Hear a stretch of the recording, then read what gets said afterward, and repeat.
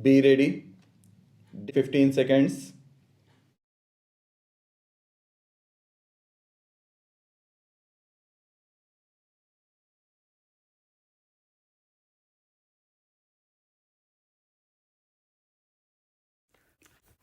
Unfortunately, the proper development of affiliated colleges has not received the attention it deserves. The vast majority of them is in the private sector and is subject to its strengths as well as weaknesses. While some colleges in metropolitan areas are very big, about 45% have an enrollment of less than 500. As higher education is spreading to rural areas, the proportion of such institutions is tending to grow.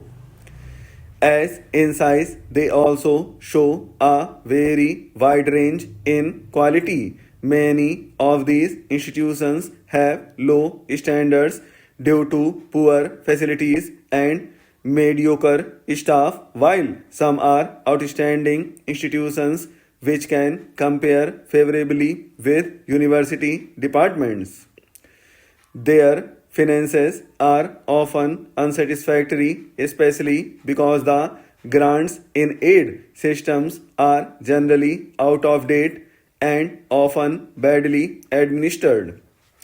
The university is responsible for their academic standards, while the state government are responsible for their grants in aid. The dichotomy also adds to their difficulties, especially because the close collaboration needed between the two is sometimes absent. Added to all this, there is often an unhealthy rivalry between university departments and affiliated colleges or between the colleges themselves.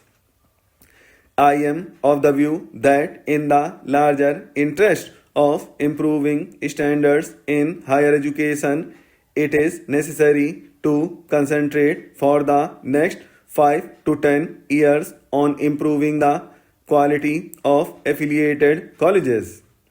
Several measures will have to be taken to this end. The location of colleges will have to be carefully planned so as to avoid the creation of small institutions which tend to be uneconomic and inefficient. Our attempt should be to ensure that within about 5 years or so of its establishment, each college must have an enrollment of not less than 500. The courses to be provided in colleges should be carefully coordinated, especially where a town or city has more than one college. Intensive programs of in-service education through summer institutes and other means should be developed for the staff affiliated colleges. The system of grants in aid should be liberalized so that the colleges can afford to have adequate staff of high quality as well as good teaching facilities. The universities should strive to assist the colleges to supplement their facilities through common programs, and a much closer liaison should be built up between the universities and state governments in a common program to improve standards of colleges in the country. Delhi provide, I think, a good example of what the close collaboration between a university and its colleges should be. All colleges, including those set up by government, are under the control of their own autonomous bodies. The remuneration qualifications of teachers in the colleges and university is the same and methods of recruitment are similar. The teaching programs are very well coordinated. The grants in aid is liberal and is given by the University Grants Commission on the recommendation of the university. The results of this approach have been outstanding and the Delhi colleges have given a much better account of themselves than in many other areas.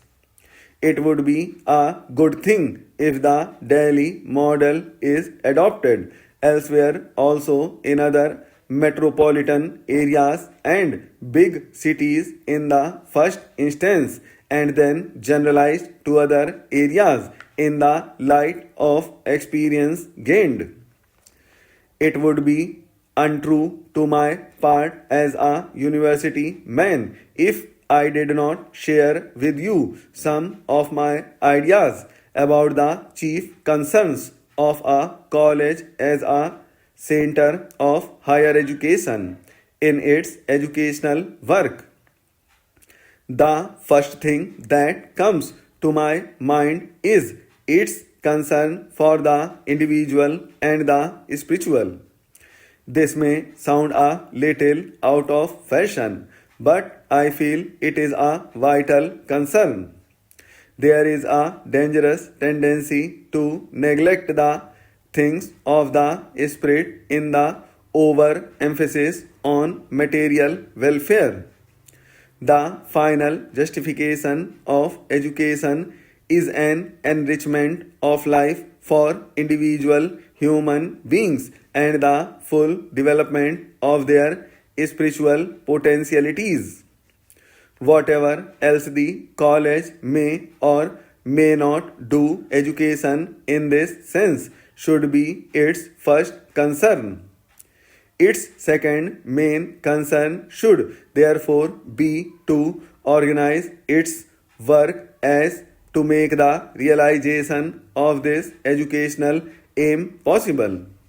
This implies mediation between the subjective mind of the educand and the objective mind concertized in the manifold goods of culture, mediation that is between the individual student and his culture, between him and the science, the arts, the techniques, the religious, the moral and legal codes, the social forms, the institutions, the personalities in which human culture is embodied, stored as it were. But every mind cannot get its nourishment indifferently from any goods of culture. There must be a correspondence between the mind to be educated and the mind embodied in the goods of culture. The good college can never do too much to initiate the student into the process of the self-discovery of his inclinations and aptitudes and to see that the goods of culture selected to educate him correspond to his mental relief, which is good for future. Only a fraction of the cultivated area is at present irrigated. You, Mr. President, have remarked that we can double the acreage under irrigation so that cropping can be extended. The amount of land available is fixed, but the pressure on the available land is steadily increasing. There is no alternative, therefore, to increasing the efficiency of land utilization and getting higher productivity per acre. Irrigation is one means towards this end. It is important that we utilize fully and rapidly such irrigation potential as has been already created. I think this requires much closer association than is generally found between the irrigation engineer, the agronomist, and the farm extension worker. Planning for the utilization of water must commence at the time an irrigation project is conceived. It cannot be left to be taken up when construction is advanced or after storage has been completed. I have been heartened to hear of the good work which has been done in the Kosi area. This might well be a model along with some others to be studied with advantage.